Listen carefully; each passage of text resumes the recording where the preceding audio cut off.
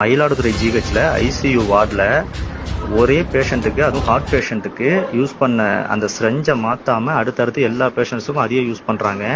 அதை நான் வீடியோ எடுத்துட்டேன். முதல்ல அதை நான் அப்படி பண்ணலைன்னு மறுத்தவங்க அப்புறம் வீடியோவில் அது இருக்குது, தெளிவாக இருக்குன்னொடனே கூப்பிட்டு பேசுகிறாங்க. இல்லை அவங்க பண்ணது தப்பு தான், மன்னிச்சிருங்க, தெரியாமல் பண்ணிட்டாங்க, இந்த ஒரு தடவை மன்னிச்சு விட்டுருங்க அப்படின்னு பேசுகிறாங்க. அதுக்கப்புறம் திரும்ப நான் அதை வீடியோ ஏற்கனவே ஷேர் பண்ணிட்டேன், வாட்ஸ்அப்பில் போயிடுச்சுன்னு தெரிஞ்சோடனே இன்னொரு நர்ஸ் மறுநாள் காலையில் வந்து திட்டுறாங்க.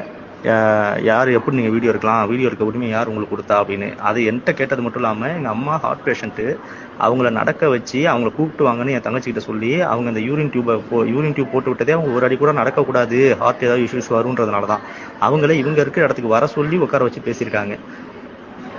இது தயவு செஞ்சு இதை ஷேர் பண்ணுங்க. இது தொடர்ச்சியாக நடக்குது. ஏதோ ஒரு டைம் ஒரு நர்ஸ் மட்டும் இப்படி மாற்றி போடல, ஒரே ஊசி எல்லாருக்கும் போடல.